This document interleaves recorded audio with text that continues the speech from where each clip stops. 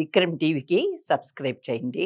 Subscribe to Vikram TV. Subscribe to Vikram TV. Subscribe to Vikram TV. Subscribe to Vikram TV. Please like, share and subscribe to Vikram TV.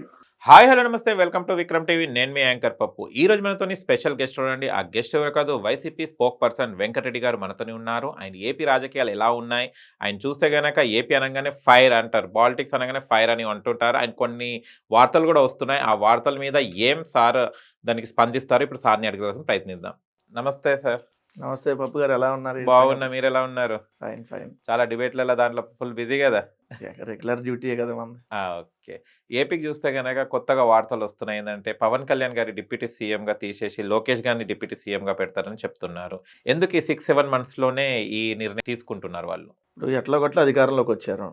అది జనరల్గా ఆలోచిస్తే majority అని చెప్పేది ఏంటంటే ఈవీఎంల ద్వారా అడ్డదారులు అధికారంలోకి వచ్చారంటారు. ఎందుకంటే 90,000 మెజార్టీలు, 80,000 మెజార్టీలు, ఎలక్షన్ కమిషన్ వ్యవహరించిన తీరు, వీవీప్యాట్లు లెక్క పెట్టమంటే లెక్క పెట్టకపోవటం, ఇవన్నీ చూసినాక జనరల్గా ఒరిస్సా అండ్ ఆంధ్రప్రదేశ్ 2 రాష్ట్రాల్లో ట్యాంపరింగ్ చేశారు. అక్కడ పైన సీట్లు తగ్గుతున్నాయి కాబట్టి అనేది జనరల్గా తర్వాత జరిగినటువంటి పరిణామాలను కూడా గమనిస్తే, ఎందుకంటే ఈవీఎంలు బ్యాటరీ ఛార్జింగ్ పెరగటం, ఎందుకంటే ఇప్పుడు మనం ఫోన్ ఉంది, ఇప్పుడు మనం ఆఫ్ చేసి పెడితే ఒక 10 రోజుల తర్వాత ఆన్ చేస్తే ఛార్జింగ్ ఎట్లా పెరిగింది.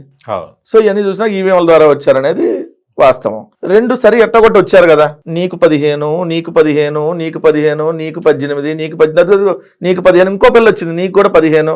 ఈ 7 నెలల్లో ఒకరికన్నా 15 ఇచ్చారా? మహిళలకి ఉచిత బస్సు 7 నెలల్లో ఒకరికన్నా ఉచితంగా మహిళ బస్సు ప్రయాణం చేసిందా? 18 సంవత్సరాలు దాటినటువంటి ప్రతి మహిళకి ఏదైతే 1,500 రూపాయలు నెల నెల ఇస్తా అన్నారు, ఒకరికన్నా ఇచ్చారా? ఇవ్వలేదు. కానీ నాకు ఉప ముఖ్యమంత్రి పదవి ఉంది, నాకు కూడా కావాలని ఒక ఆయన, లేదు ఇంకొకరికి కూడా కావాలని ఇంకొక ఆయన, లేదు ఉప ముఖ్యమంత్రి కాదు ముఖ్యమంత్రి కావాలని ఆయన.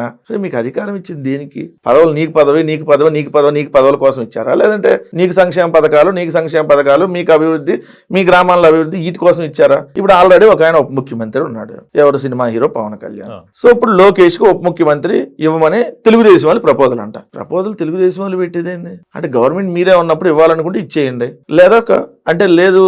అసలు మీ ఇద్దరు ఇప్పుడు ఏ కమ్యూనిటీలో ఉన్నారు? చంద్రబాబు నాయుడు కమ్మ ముఖ్యమంత్రి, నారా లోకేష్ కమ్మ మంత్రి, పవన్ కళ్యాణ్ కాపు ఉప ముఖ్యమంత్రి, ఇంకొక నాగబాబు కాపుకి మళ్ళీ మంత్రి ఇస్తారంట.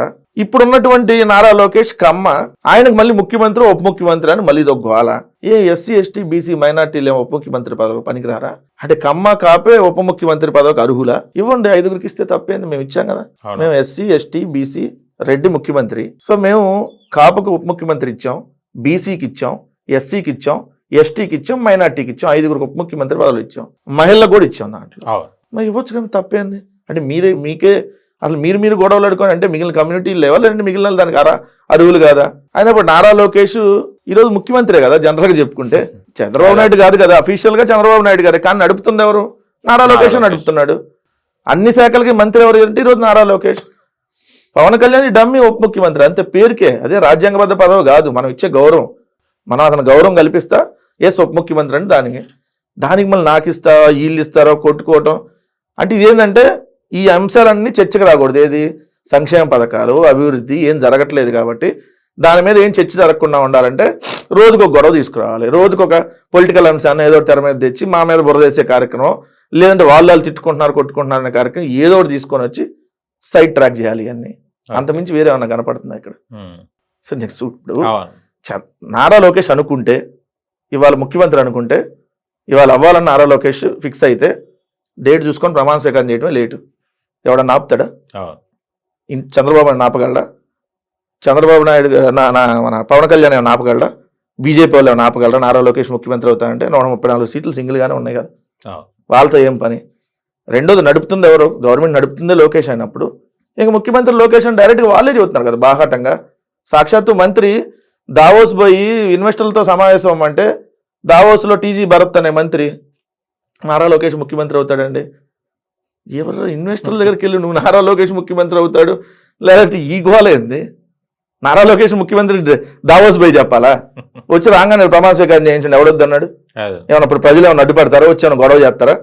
5 ఏళ్ళు కర్మ కదా అనుభవిస్తారు ప్రజలు. ఏమన్నా ఏం పోరాటాలు ఏం చేసి నువ్వు ఆటానికి ఇల్లేదని ఏం అడ్డం పడి నీ సొక్కాలు లాగి అసలు నువ్వు అవటానికి ఇల్లేదని అంటపడరు కదా. మీరు అనుకుంటే అయిపోవచ్చు, దాని గురించి చర్చింది. సో ఇదేంటంటే టాపిక్ డైవర్ట్ చేసి నారా లోకేష్ని రేపు పట్టాభిషేకం చేయటం కోసం లాంగ్ రన్లో అంటే లాంగ్ రన్లో మీన్స్ ఈ ప్రభుత్వంలోనే ఈ ప్రభుత్వం పట్టాభిషేకం చేయడం కోసం ముందు ఫెయిలర్లు వదిలి మెల్లిగా ప్రిపేర్ చేస్తున్నారు గ్రౌండ్, దానిలో భాగం తప్ప వేరేది కాదు.